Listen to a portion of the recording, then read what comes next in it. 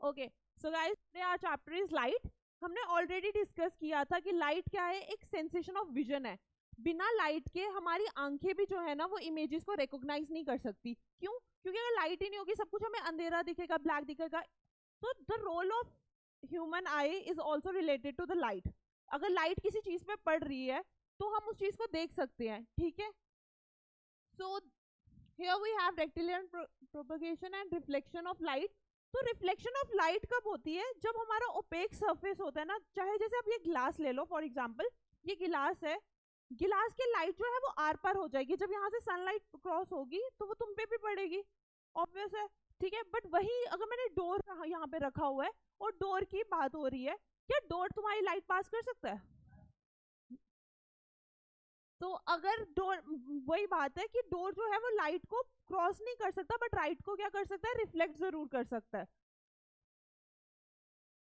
तो यहाँ पे एक बेसिक सा कंसेप्ट है हमारा related to light, that reflection of light. ये थोड़ा सा इस तरीके से मैं एक डायग्राम बनाकर दिखा देती हूँ यहाँ पे कि ये हमारा मिरर है या कोई भी ओपेक ऑब्जेक्ट है, ठीक है। यहाँ से कोई लाइट पास हो रही है, जो ये लाइट पास हो रही है ना, ये कौन सी लाइट होगी? हमारी इंसिडेंट रे। कौन सी लाइट होगी? और ये वाली जो इससे रिफ्लेक्ट करेगी that would be R reflected ray. And the perpendicular between these two rays is called normal, ठीक है। तो ये हमारा क्या हो जाएगा? नॉर्मल। और वहीं अगर हम इसकी बात करें तो जो एंगल बन रहा है इंसिडेंट रे और नॉर्मल के बीच में, वो हमारा होगा एंगल ऑफ इंसिडेंस। क्या होगा?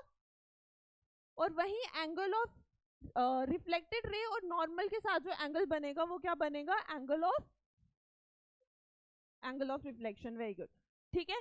ये कंसेप्ट क्लियर हुआ। और हमेशा याद रखना, according to the law, angle of I is always equals to angle of R. Angle of incidence जो होगा वो किसके इक्वल होगा?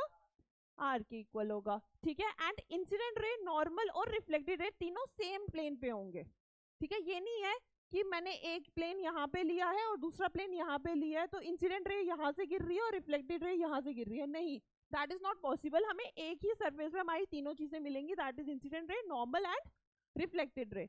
Is that clear? So there are laws of reflection as well, ठीक है। तो लॉज ऑफ रिफ्लेक्शन भी यही कहते हैं कि जो हमारा एंगल ऑफ इंसिडेंस है वो हमारा किसके इक्वल होगा? एंगल ऑफ रिफ्लेक्शन के। एंड वही इंसिडेंट रे, नॉर्मल जो मिरर के साथ होगा, और हमारा रिफ्लेक्टेड रे, ये तीनों किस पे होंगे? सेम प्लेन पे होंगे। किस पे होंगे? यहां तक क्लियर है? लॉज ऑफ रिफ्लेक्शन क्लियर हुए आप लोगों को? तो यहाँ पे अब हम प्लेन मिरर की एग्जांपल ले रहे हैं। हम प्लेन मिरर कैसे बनाएंगे? यही जो मैंने तुम्हें ग्लास की एग्जांपल दी, जो विंडो पेन लगा है हमारा, सनलाइट क्रॉस हो रही है, रिफ्लेक्ट नहीं हो रही, ठीक है। क्यों? क्योंकि ये प्रॉपर ग्लास है। अगर यही ग्लास का पीस मैं लूं और इसको पीछे से पेंट कर दूं, चाहे रेड कलर का किसी डार्क कलर से कर दूं या सिल्वर कोटिंग कर दूं इसकी, ये हमारा मिरर बन जाएगा। कभी कभी आपने देखा होगा कि ये जो ग्लास होता है, रात में अंधेरे में अगर थोड़ी सी भी लाइट पड़ रही होगी तो ये भी रिफ्लेक्ट करके आपकी इमेज आपको दिखाएगा। क्यों? क्योंकि इसका बैकग्राउंड जो है वो ब्लैक कलर में है। इन शॉर्ट, अगर आप कोई भी प्लेन मिरर लो और उसको पीछे से कोट कर दो विद एनी कलर और सिल्वर कोटिंग, तो वो क्या बन जाएगा? हमारा मिरर बन जाएगा। Plane mirror is that mirror जो आपके घरों में यूज होता है। Is it okay? तो रिफ्लेक्टिंग सरफेस जो होगी हमारी, और दूसरी वाली साइड रिफ्लेक्टिंग सरफेस जो होगा वो हमारा ग्लास पेन का वो रहेगा, और पीछे जो हमारी कोटिंग वाली हो जाएगी वो हमारा ओपेक सरफेस बन जाएगा, ठीक है। सो types of reflection: smooth mirror की रिफ्लेक्शन एंड इरेगुलर रिफ्लेक्शन। अब आप नोटिस करोगे कि जो स्मूथ रिफ्लेक्शन है ना, स्मूथ मिरर से रिफ्लेक्शन हो रही है ना, कोई भी अगर प्लेन ग्लास, नॉर्मल एग्जांपल लूं मैं रिवर की, ठीक है। अगर पॉन्ड है, ठीक है, पॉन्ड क्या होता है? जो प्रॉपर बहता नहीं है पानी, उसमें स्टिल रहता है, स्विमिंग पूल। अगर मैं उसमें अपनी रिफ्लेक्शन देखूँ ना तो मुझे प्रॉपर रिफ्लेक्शन दिखेगी, अनटिल और अनलेस मैं उस पानी को डिस्टर्ब करूँ, ठीक है। तो वो स्मूथ रिफ्लेक्शन मुझे दिख रही है ए टू जी कि मेरा कैसा उसमें दिख रहा है। बट वही जब मैं रिवर में उसमें रिफ्लेक्शन देखूंगी तो रिवर में भी मुझे ना ऐसे धुंधली सी दिखेगी, क्योंकि रिवर क्या कर रहा है? वेव्स के साथ अपना मूव ऑन कर रहा है, ठीक है। तो उसमें हमारी रिफ्लेक्शन जो होगी वो थोड़ी सी हिलती हुई दिखाई देगी। That is because of this phenomena. कि इरेगुलर क्यों हुई? क्योंकि वो पानी हिल रहा है, it is not in a stationary motion. All right, तो वैसे यही चीजें हैं कि रिफ्लेक्शन थ्रू स्मूथ सरफेस जब होगी, जैसे कि प्लेन ग्लास से या स्टिल वाटर से, तो हमारी रिफ्लेक्शन क्या होगी, रेगुलर रिफ्लेक्शन। और वहीं जब हमारी किसी रफ सरफेस से रिफ्लेक्शन होगी, चाहे कंक्रीट वॉल हो, कंक्रीट वॉल क्या होगी कि ये जो आपकी वॉल्स हैं जो स्मूथली प्लास्टर्ड नहीं की हुई है, ऐसे ही ऊबड़ खाबड़ वाली है। नहीं, टाइल इज समथिंग की, हाँ यू कैन से दैट कि दूसरी वाली, बट टाइल भी जो है वो हमारा रिफ्लेक्टिंग रेगुलर रिफ्लेक्शन में आएगा, ठीक है।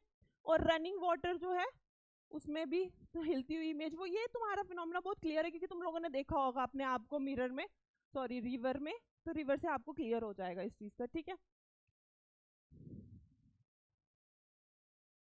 So there is a characteristics of image obtained in a plane mirror. अब नॉर्मल सी, बिना पहले इसको पढ़े हुए हम थोड़ा सा डिस्कस करते हैं।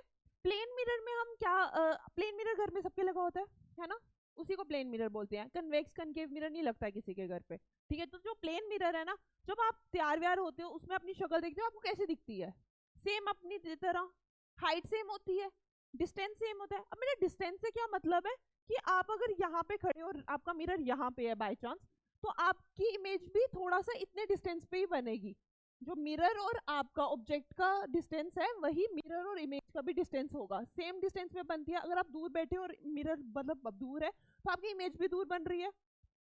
शेप सेम रहती है, शेप बड़ी छोटी तो नहीं हो जाती, मोटे गोल तो नहीं हो जाते, नहीं ना, प्लेन मिरर में सेम रहती है। तो यही दो तीन कैरेक्टरिस्टिक्स किसकी हैं हमारे प्लेन मिरर में। देखो, the image formed in the plane mirror is erect, और सीधी बनती है, सीधी इमेज बनती है, उल्टी तो नहीं हो जाती, इन्वर्टेड तो नहीं हो जाती है ना। Are you sure? कोई ऐसा तो नहीं है कि किसी की इन्वर्टेड इमेज बन रही होती है? चलो ठीक है, इरेक्ट बनती है और सेम साइज की बनती है, ठीक है। उसके बाद image is at the same distance, जितने डिस्टेंस पे आप है उतने ही डिस्टेंस पे क्या होगा, आपकी इमेज बनेगी। उसके बाद image is a mirror in laterally inverted. अब लेटरली इन्वर्टेड का मैं कुछ डेफिनाइट मीनिंग नहीं दे रही हूँ, बस एक छोटी सी एग्जांपल दे रही हूँ। दैट इज, किसने कोई है ऐसा जिसने नहीं देखी? तो एम्बुलेंस कैसे लिखा होता है, अगर किसी ने देखा हो तो एम्बुलेंस ऐसे उल्टा करके लिखा होता है,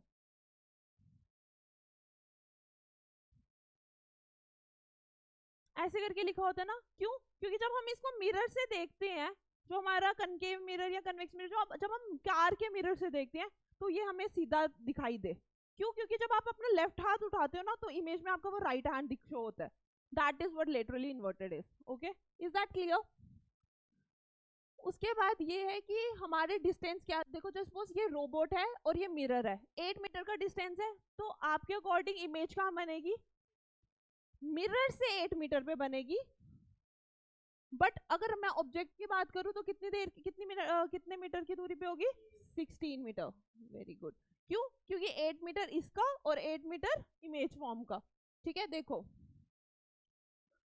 8 मीटर यहाँ पर होगी हमारी इमेज फॉर्म, वहां पे ऑब्जेक्ट और मिरर के बीच में भी 8 मीटर, यहाँ पे मिरर और इमेज के बीच में भी 8 मीटर। तो दोनों का, अगर मैं ऑब्जेक्ट और इमेज की बात करूँ तो वो कितना होगा, 16 मीटर, ठीक है। नाउ वो 2 मीटर आगे गया, तो इमेज कितनी हो गई, ऑब्जेक्ट कितनी दूरी पे है, 6 मीटर पे, तो इमेज कितनी दूरी पे होगी, इमेज फ्रॉम मिरर कितनी दूरी पे होगी, एंड ऑब्जेक्ट फ्रॉम इमेज कितना दूरी पे होगा, ठीक है। Is it clear? इतना क्लियर है? Then there is spherical mirrors, जो हम बात करते हैं कन्वेक्स कनकेव मिरर, वो क्या है, कैसे बने हैं, लेट्स टॉक अबाउट दैट, ठीक है। कन्वेक्स मिरर और कनकेव मिरर में क्या है, कन्वेक्स मिरर हमारा, हमने देखा होगा कि हमारी, एक सेकेंड आता देखिए। सो कन्वेक्स मिरर अगर तुम नॉर्मली देखा हो तो कार में जो मिरर्स होते हैं वो कौन से होते हैं, कन्वेक्स मिरर। उससे क्या होता है, जो हमारी बड़ी सी इमेजेस होती है ना, वो छोटी इमेज में भी हमें दिख जाती है। अब वो पूरी गाड़ी जो हमारे पीछे चल रही है, हमें उस मिरर में छोटी सी दिख जाती है ना। दैट्स व्हाई कन्वेक्स मिरर क्या होता है, कन्वर्जिंग मिरर। क्या बोलते हैं इसको, converging mirror. Whereas concave mirror को हम ना डाइवर्जिंग मिरर भी बोलते हैं। क्यों? क्योंकि ये इमेज को बड़ा करता है, एनलार्ज करता है। क्या करता है, सेम मीनिंग, ठीक है। और कन्वेक्स को क्या बोलेंगे, कन्वर्जिंग, ठीक है। तो एनलार्ज कनकेव का एनलार्ज से क्या एग्जांपल है? अब माइक्रोस्कोप पता है सबको, टेलीस्कोप, माइक्रोस्कोप। तो जब हम उससे देखते हैं उसका स्टार्टिंग का लेंस तो छोटा होता है, बट हमें चीजें, दूर की चीजें भी बड़ी दिखती हैं। अगर हम उसको स्टार्स देखें उससे, हमें स्टार्स नॉर्मली बड़े दिखेंगे comparative to our naked eyes, right? वही हेडलाइट्स हैं, गाड़ी के हेडलाइट में तो छोटा सा बल्ब है, बट जब वो कनकेव लेंस, कनकेव मिरर से हमारी रिफ्लेक्ट होती है तो वो हमें ज्यादा सरफेस कवर करवाती है। क्यों? Because of its diverging property. ठीक है, इज इट क्लियर? तो अब पहले मेकिंग भी देख लेते हैं इसकी।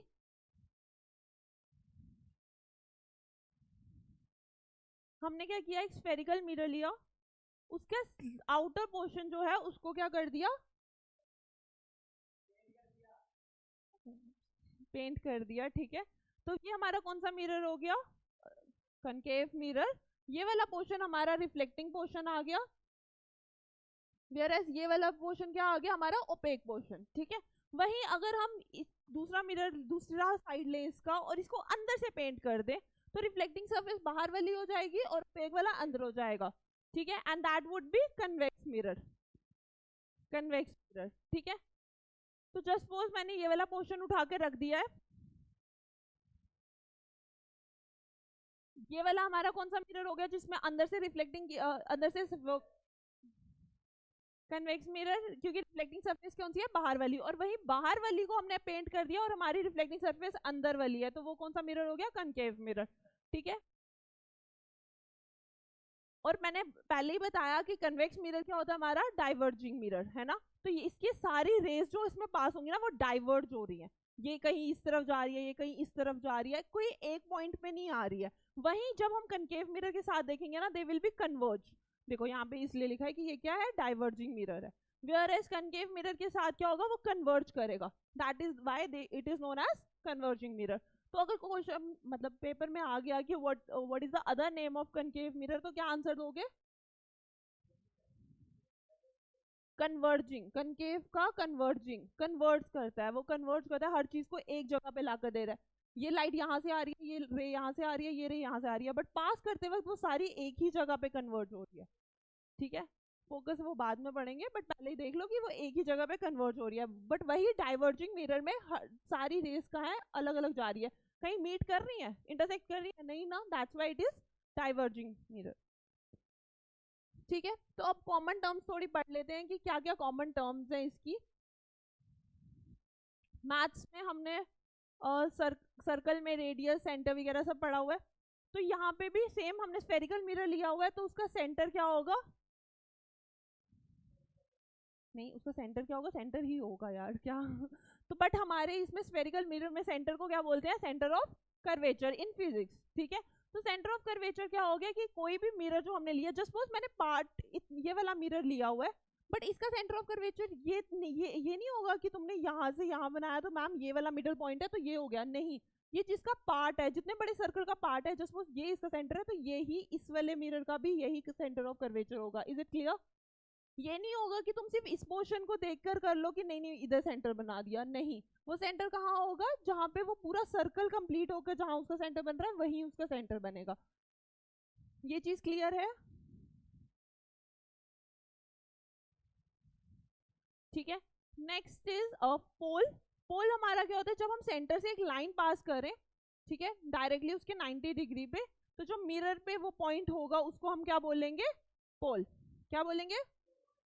और प्रिंसिपल एक्सिस हमारी वो लाइन है जो हमने सेंटर ऑफ कर्वेचर से पोल तक खींची हुई है। ठीक है, and then radius of curvature. Radius of curvature centre से जो हमने लाइन खींची है पोल तक, वो हमारा जो डिस्टेंस है, ये जो डिस्टेंस है उसको हम बोलेंगे रेडियस। ठीक है, बट सी जो है, सी क्या है? हमारा सेंटर ऑफ कर्वेचर है, उसके साथ हमारा कोई लिंक नहीं है, वो हमारा एक डॉट है, हमें बता रहा है कि ये सेंटर है स्फेरिकल का। बट रेडियस क्या है? डिस्टेंस है फ्रॉम सेंटर टू पोल। तो इन दोनों चीजों में कंफ्यूज नहीं होना कि सेंटर ही रेडियस है, रेडियस ही सेंटर है, ऐसा नहीं है। जस्ट सर्कल को दिमाग में लो, मैथ्स में सर्कल बहुत अच्छे से पढ़ा है। ठीक है, तो सर्कल के हिसाब से तुम्हारा सेंटर और रेडियस आ जाएगा। इस चीज यहाँ तक कोई डाउट? इस चीज प्रिंसिपल फोकस क्या होगा? जस्ट सपोज हमने मिरर लिया, कौन सा, कनकेव मिरर लिया, जहां पे इसकी सारी रेज कन्वर्ज हो रही है। मैंने क्या बताया था, कनकेव मिरर कौन सा मिरर है, कन्वर्जिंग मिरर। तो ये जहां पे, जैसे ध्रुव ने बोला था कि कन्वर्जिंग मिरर में क्या हो रहा है, सारी रेज एक जगह पे इंटरसेक्ट हो रही हैं। तो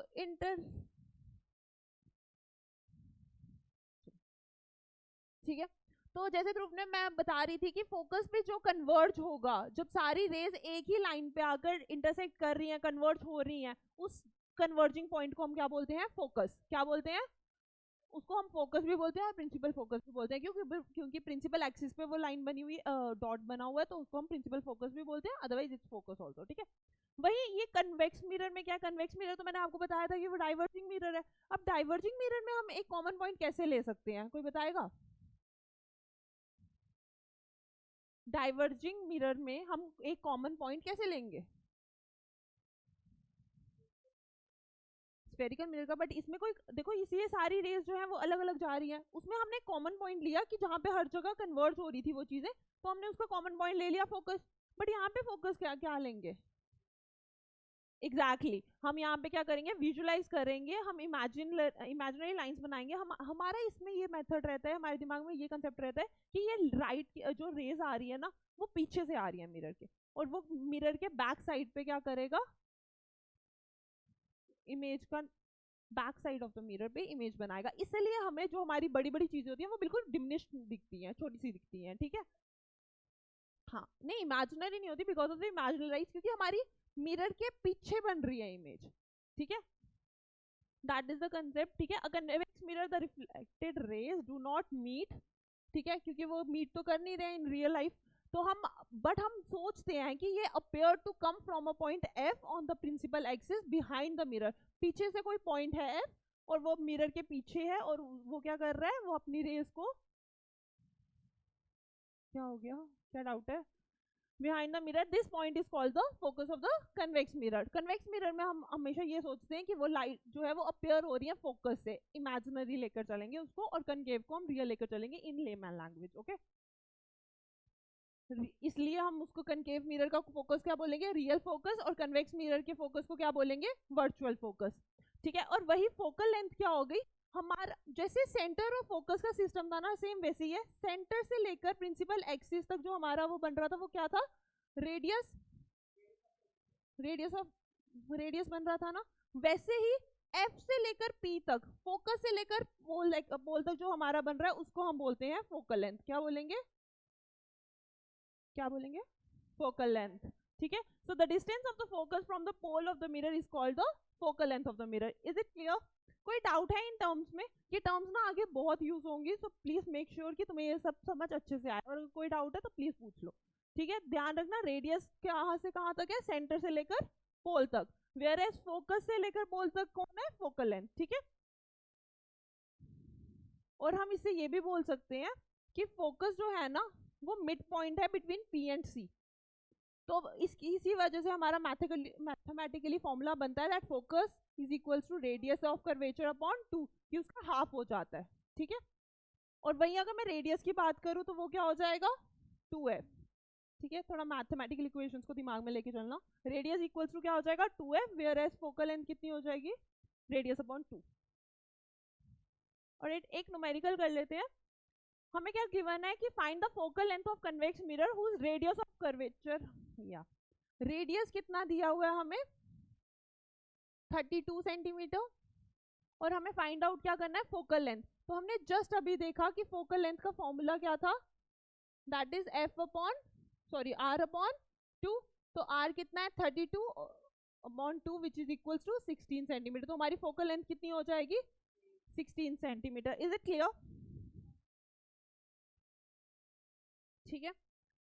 अब हम पढ़ेंगे रे डायग्राम्स की, इमेज और ऑब्जेक्ट की हम रे डायग्राम्स कैसे बनाएंगे मिरर में। ठीक है, तो distance of image formed by an object can be founded by a method called रे डायग्राम। जो हमारी इमेज बनेगी, जो हम इमेजेस बनाते हैं, जो डायग्राम्स बनाते हैं हम मिरर से रिलेटेड, उसको हम क्या बोलेंगे, रे diagram. So it is a method of locating the position, size and nature of the object. मैं नॉर्मली एक एग्जांपल लेती हूँ, सबने यहाँ पे देखा होगा, यही देख लो, इरेक्ट इमेज बन रही है, ये मिरर प्लेन है, कन्वेक्स है, कनकेव है, कोई बताएगा, कन्वेक्स है। क्यों? क्योंकि इसकी शक्ल के साथ इसका मतलब बिल्कुल छोटू सा मिरर है, बट हमें उसकी इमेज कैसे दिख रही है, ज्यादा दिख रही है कंपैरेटिवली, तो वो क्या हो रही होगी, कन्वर्ज हो रही होगी। ठीक है, वेयर एज मैग्नीफाइड इमेज होगी हमारी यहाँ पे कॉनकेव। ठीक है, इन्वर्टेड इमेज बनी तो कन्वेक्स कनकेव, थोड़ा क्लियर रहो। डिमिनिश्ड इमेज बनी तो देखो इस पे हम क्लियर है कि डिमिनिश्ड इमेज बन रही है तो कौन सी होगी, कन्वेक्स। ठीक है, इस पे भी हम श्योर है मैग्नीफाइड बन रही होगी तो क्या है, कनकेव। और इरेक्ट बन रही है तो ये प्लेन में भी बन सकती है, कन्वेक्स में भी बन सकती है और कनकेव में भी बन सकती है। इनकी अलग अलग थोड़ी डिस्टेंसेस की बात है कि कुछ फोकस पे होगा ऑब्जेक्ट तो कहाँ इमेज बनेगी, पोल पे होगा तो कहाँ इमेज बनेगी, वो सारी चीजें हमने पढ़नी है। तो हम उसके बाद ये दोनों चीजें बताएंगे कि इन्वर्टेड इमेज कब कब होगी और इरेक्ट इमेज कब कब होगी, बट मैग्नीफाइड और डिमिनिश्ड का ऑलमोस्ट क्लियर है ना। ठीक है, तो बेसिक डायग्राम क्या कैसे बनाएंगे हम, प्रिंसिपल एक्सिस बना लिया जस्ट सपोज। ठीक है, हमने स्फेरिकल मिरर के लिए थोड़ा सा कनकेव मिरर बना दिया। ये जब हमने आउटर लेयरिंग की है, ध्यान रखना आउटर पे जब हमने किया हुआ है तो वो कौन सा मिरर है, कनकेव। वही अगर मैं ये अंदर बना देती तो क्या बन जाता, कन्वेक्स। ठीक है, इस चीज का ध्यान रखना। तो कनकेव में कौन सी प्रॉपर्टी लगेगी, कन्वर्जिंग, और कन्वेक्स में कौन सी लगेंगी, डाइवर्जिंग। साथ में हमने फोकल लेंथ बना दिया। अगर हमने फोकस 2 सेंटीमीटर बनाया, रेडियस कितना बनाएंगे, 4। क्यों? क्योंकि हमने क्या बताया था, F is equals to sorry R is equals to 2F। ठीक है, तो सेंटर ऑफ कर्वेचर भी हमारा बन गया 4 centimetre. It's a basic diagram. ठीक है, क्लियर है इतना। रूल्स फॉर मेकिंग रे डायग्राम्स। अब क्या क्या रूल्स हैं, क्या क्या चीजें हैं जो हमें ध्यान में रखनी है डायग्राम बनाते वक्त। ठीक है, पहला रूल है a ray of light which is parallel to the principal axis. Principal axis कौन सा है, ये जो हमने लाइन बनाई है ये क्या है, प्रिंसिपल एक्सिस। ठीक है, principal axis of a concave mirror से जो पैरेलल है लाइन, पैरेलल का क्या मतलब होता है, ऊपर या नीचे नहीं, पैरेलल का मतलब कि उसके बिल्कुल सीधे इक्वल ही नहीं, मतलब उसके बिल्कुल पैरेलल चल रही है, इंटरसेक्ट नहीं कर रही किसी पॉइंट पे। ठीक है, और passes through it's focus after reflection from the mirror. जो भी लाइट पास पैरेलल होगी प्रिंसिपल एक्सिस के, वो कहाँ जाके कन्वर्ज करेगी, फोकस पे। देखो पैरेलल लाइन थी, इंसिडेंट रे कन्वर्ज कहाँ पे जाके रिफ्लेक्ट करी, फोकस पे। ठीक है, सेकेंड रूल क्या बोलता है, सेकेंड रूल बोलता है कि अरे of light passing through the centre of curvature. अगर कोई लाइट जो है वो सेंटर ऑफ कर्वेचर से पास कर रही है तो वो रिफ्लेक्ट बैक भी सेम जगह से ही करेगी। ठीक है, अगर वो जस्ट वो सेंटर ऑफ कर्वेचर से आ रही है तो रिफ्लेक्ट भी सेंटर ऑफ कर्वेचर से ही करेगी। ठीक है, और तीसरा और बहुत इंपॉर्टेंट रूल कि अगर हमारी रे ऑफ लाइट जो है जब वो फोकस से पास करेगी, बाय चांस वो लाइट इंसिडेंट रे जो है हमारी वो किससे पास कर रही है, फोकस से पास कर रही है, तो रिफ्लेक्ट में क्या करेगी, वो पैरेलल हो जाएगी। ये फर्स्ट वाले का ऑपोजिट हो गया। फर्स्ट वाले में क्या था,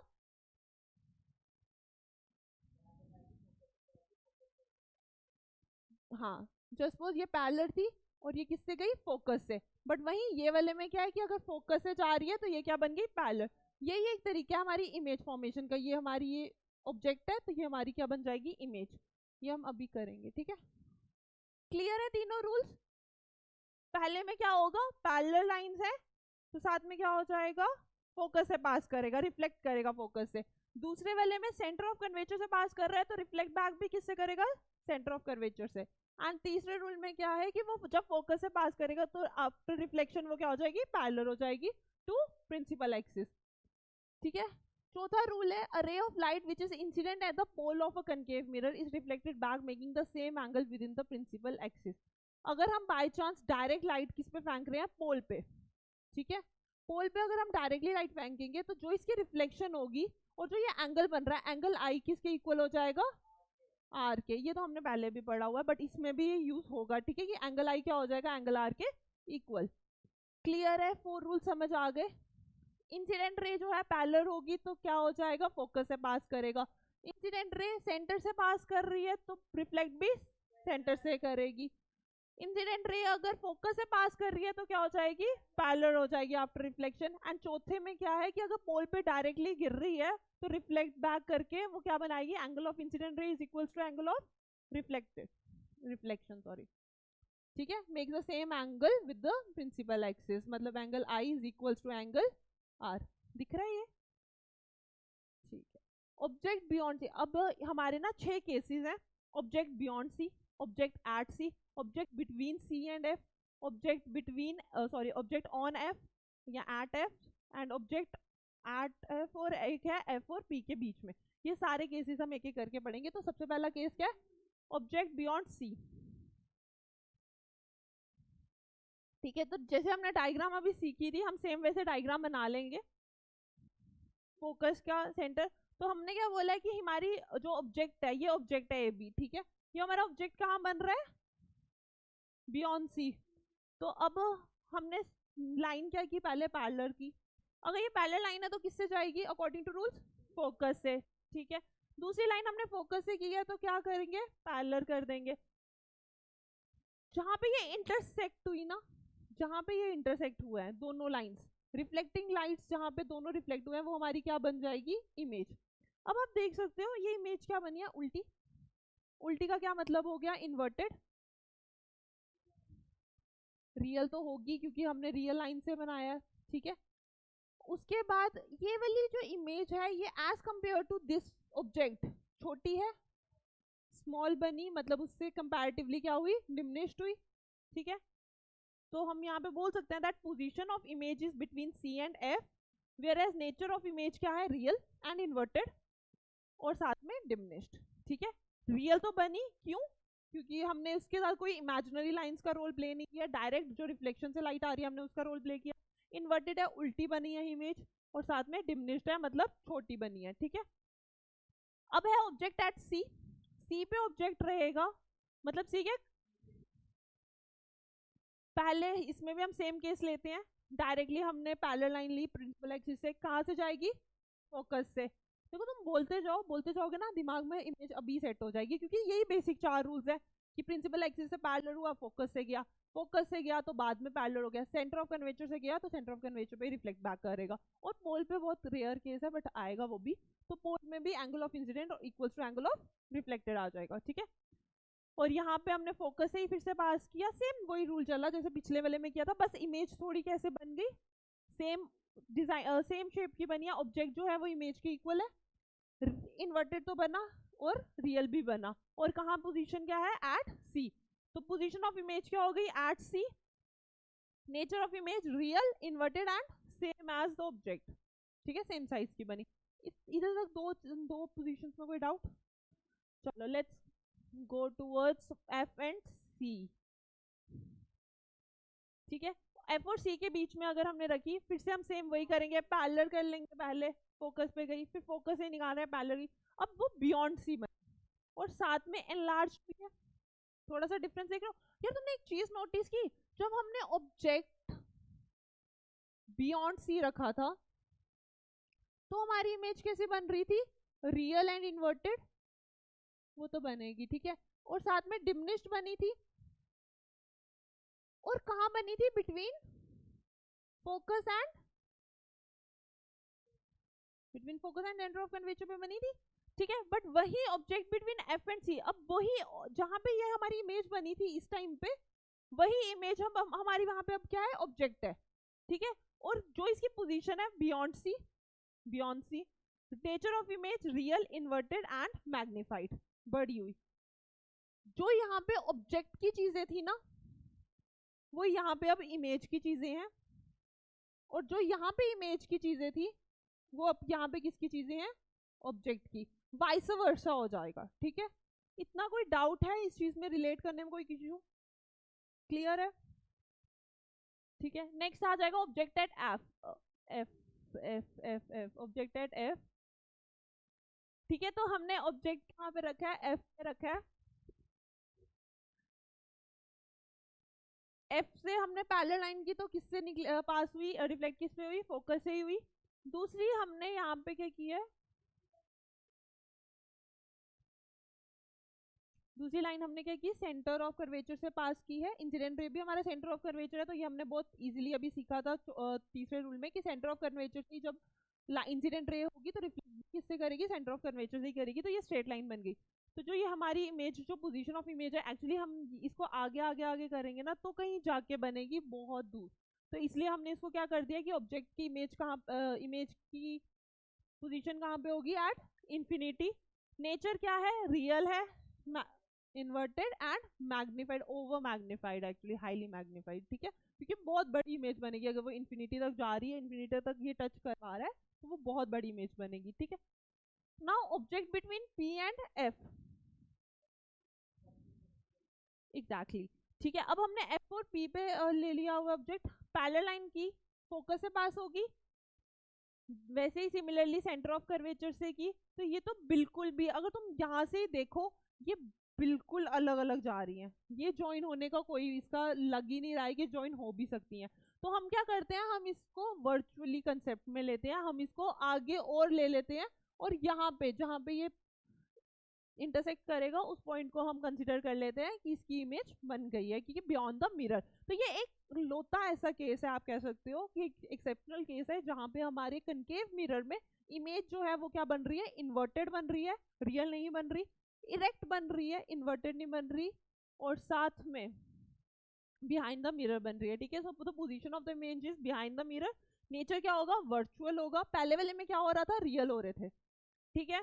उसके बाद दूसरे केसेस में इन्वर्टेड था, इस केस में क्या होगा, इरेक्ट होगा, मतलब सीधी इमेज बन रही है हमारी और मैग्नीफाइड होगी, ठीक है। यहाँ तक कोई डाउट?